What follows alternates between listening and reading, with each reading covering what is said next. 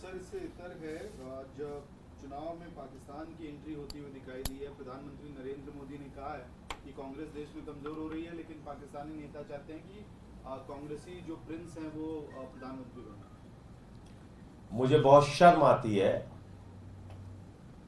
कि 10 साल तक भारत के प्रधानमंत्री रहने के बाद भी दुनिया के सबसे बड़े लोकतंत्र के प्रधानमंत्री रहने के बावजूद भारत के प्रधानमंत्री को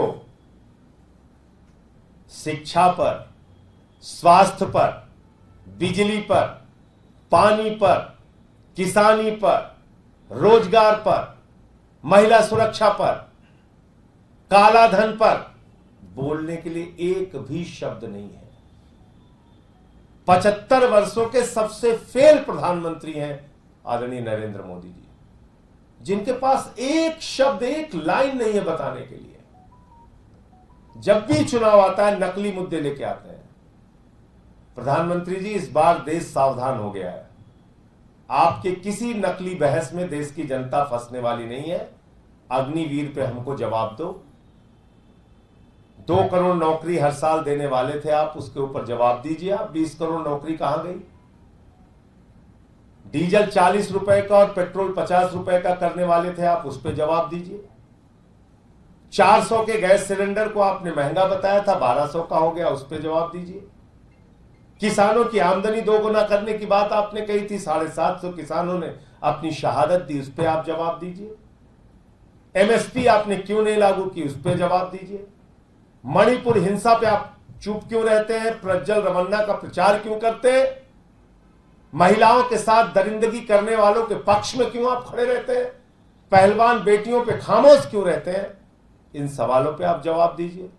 आपने पूरे देश में लोकतंत्र की हत्या की, एक एक करके सरकारों को तोड़ा और गिराया। 2 मुख्यमंत्रियों को पकड़ के जेल में डाला और दिल्ली के मुख्यमंत्री के साथ अपराधियों जैसा आप व्यवहार कर रहे हैं। अरविंद केजरीवाल को इंसुलिन तक नसीब नहीं होने दे रहे हैं, इस पे आप जवाब दीजिए। प्रधानमंत्री जी, आप जवाब दीजिए। अपने 10 साल के रिपोर्ट कार्ड के बारे में बताइए। इधर उधर इस बार आपको भागने नहीं देंगे और आपके किसी भी नकली सवाल का कोई जवाब नहीं दिया जाएगा। आप घमंड और अहंकार से ऐसे लवरेज हैं, पता नहीं क्या क्या बोले जा रहे हैं आप। सोने की कीमत 24,000 रुपए तोला थी 2014 में, अब 75,000 रुपए हो गई है। तो भाजपाई मंगलसूत्र लेके भागे हैं। माताओं बहनों को तो चाहिए बेलन लेके इनको दौड़ा लीजिए, इनसे पूछिए हमारा मंगलसूत्र क्यों चोरी किया तुमने।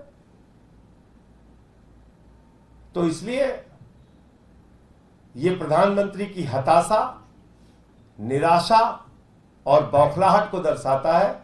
2 चरणों के चुनाव के बाद वो बुरी तरीके से हार रहे हैं, वो जान गए हैं। और इसलिए कभी हिंदुस्तान पाकिस्तान की बात करेंगे, कभी हिंदू मुसलमान की बात करेंगे।